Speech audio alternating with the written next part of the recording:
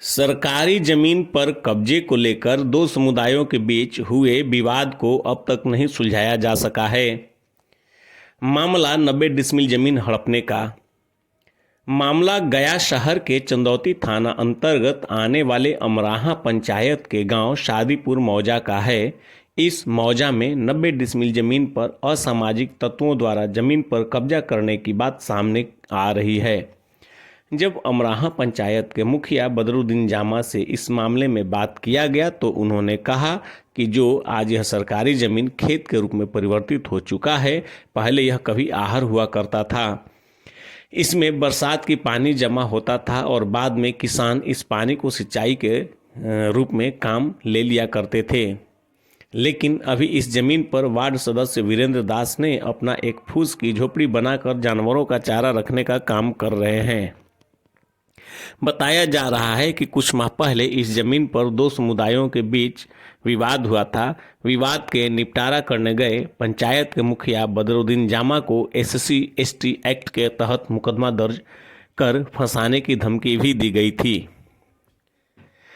जब वीरेंद्र दास जी से संपर्क कर बात करने की कोशिश की गई तो वो बात करने से मना कर दिए।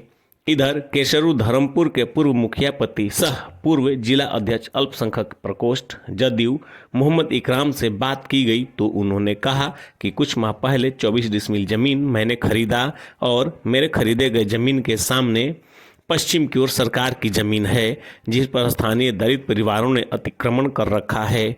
सरकार की मर्जी, वो जो चाहे सो करे, मुझे सिर्फ आने जाने के लिए रास्ता चाहिए और कुछ नहीं। जब शादीपुर के ग्रामीणों से बात किया गया तो उन लोगों ने बताया कि हमारे बाप दादा जमीन पर पेड़ पौधे लगाने का काम करते हैं और मुस्लिम समुदाय के केशरू धर्मपुर के पूर्व मुखिया पति सह गया जिला अध्यक्ष अल्पसंख्यक प्रकोष्ठ जदयू के मोहम्मद इकराम पिता स्वर्गीय गुलाम रसूल ने गांव में आकर एक दबंग से JCB मशीन बुलवाकर इस सरकारी जमीन पर लगाए गए हरे भरे पेड़ पौधे बांस इत्यादि को उखड़वा कर फेंकवा दिए।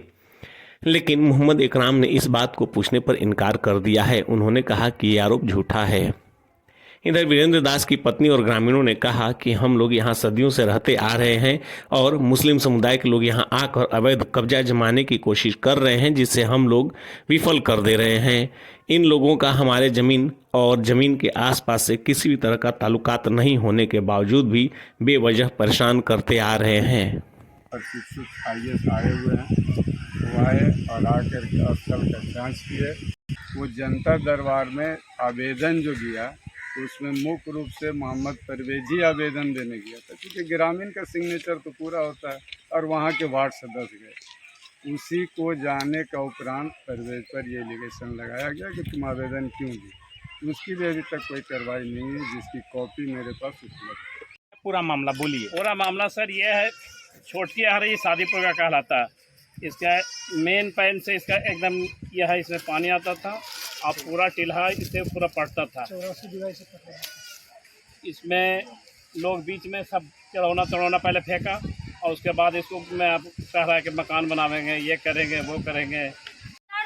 ये तो JCB ला के हरियर पेड़ अथी सब बसवाड़ी पेड़ सब गिरा के चला गया।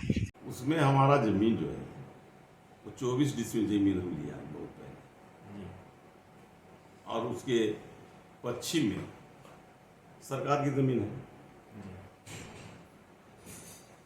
और वहाँ के अनुसूचित जाति है कि हम घेर लिया, बल्कि देखने का चीज़ है। हम उस पर कुछ बोलने भी नहीं गए, इसलिए कि भाई हम उससे क्यों ले, सरकार का चीज़ है। सरकार से हम भी रिक्वेस्ट कर रहे हैं कि हमको भाई रास्ता दिया जाए। जी। अब वो लोग क्या है कि नहीं, हम तो बिल्कुल घेर देंगे, जाने नहीं देंगे। तो उन लोगों का जो आरोप है कि मोहम्मद इकराम जी ने JCB बुला करके ऐसा उखड़वाया, इस संदर्भ में क्या कहेंगे? देखिए, उसमें मिट्टी रह गया था, हमने ईटा भट्ठा भी उसमें लगाया था, तो कुछ का चीज़, तो वो गड्ढा जो था वो ईटा उटा का टुकड़ा भी हम ही उसमें भर दिया था। झूठ क्या बोलना है, समझ गए।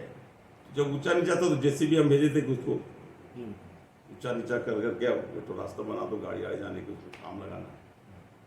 अब हम कह दिया उसको, अब अगर उसमें आरोप लोग क्या है कुछ है तो हो सकता है कि ऑपरेटर कर दिया हो गलत फहमी। हिसाब से जो जेसीबी ऑपरेटर थे वो गलतफहमी में कर दिए, हाँ, हो सकता है। जो प्लांट्स थे उसको हाँ। उठाने का काम। जी। ठीक है, तो मतलब ये सरकारी मामला है, ये सरकार को ही निर्णय लेना है कि क्या करेगी। बिल्कुल, वो लोग मांग रहे हैं कॉलोनी के लिए, हम मांग रहे हैं रास्ता के लिए, सरकार से ही तो है।